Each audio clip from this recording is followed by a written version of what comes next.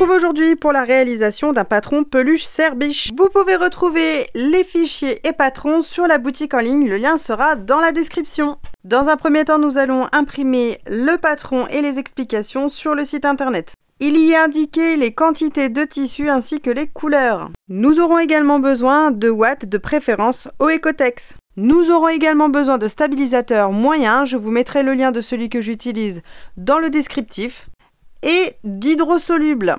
Dans tous les cas, vous aurez le lien de tout ce que j'utilise dans le descriptif. Je viens prendre également un cadre 18 par 13.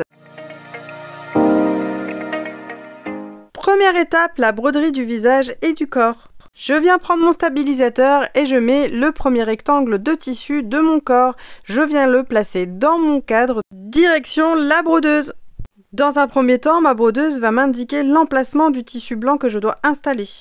Une fois que c'est fait, je prends mon carré de tissu blanc et je viens l'installer pour que ma brodeuse puisse repasser une deuxième fois et que je puisse le découper.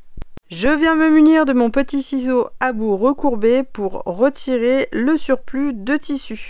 Une fois que c'est fait, je viens placer mon hydrosoluble par-dessus. Je viens l'épingler pour que celui-ci ne bouge pas. Et je viens remettre mon cadre dans la brodeuse. Je relance une seconde fois la brodeuse pour que celle-ci me brode le pourtour du visage, le ventre, les petites taches, les yeux et le nez. Je viens retirer mon cadre, l'hydrosoluble et la première partie est terminée. Deuxième partie, je viens me munir de mon patron. Sur celui-ci, il me faut l'oreille du petit cerf ainsi qu'un bois. Je viens reporter mon oreille sur mon tissu. Faire de même avec le petit bois du cerf. Donc là, je plie mon tissu en deux et je viens reporter mon motif deux fois. Une fois que mes oreilles sont reportées, je viens prendre le tissu et le placer sur l'autre rectangle d'une autre couleur pour faire l'intérieur de l'oreille. Je viens épingler tout ça et je couds sur mes traits. Nous allons faire de même pour les petits bois du cerf. Je retire le surplus de tissu. Ne pas oublier de cranter pour les petits bois du cerf, ce sera plus facile à retourner. Une fois que mes oreilles sont retournées, je viens les plier sur eux-mêmes et faire une couture au point droit à la machine à coudre pour maintenir le tout. Et nous nous retrouvons avec de jolies petites oreilles. C'est parti pour la fixation des oreilles et des petits bois.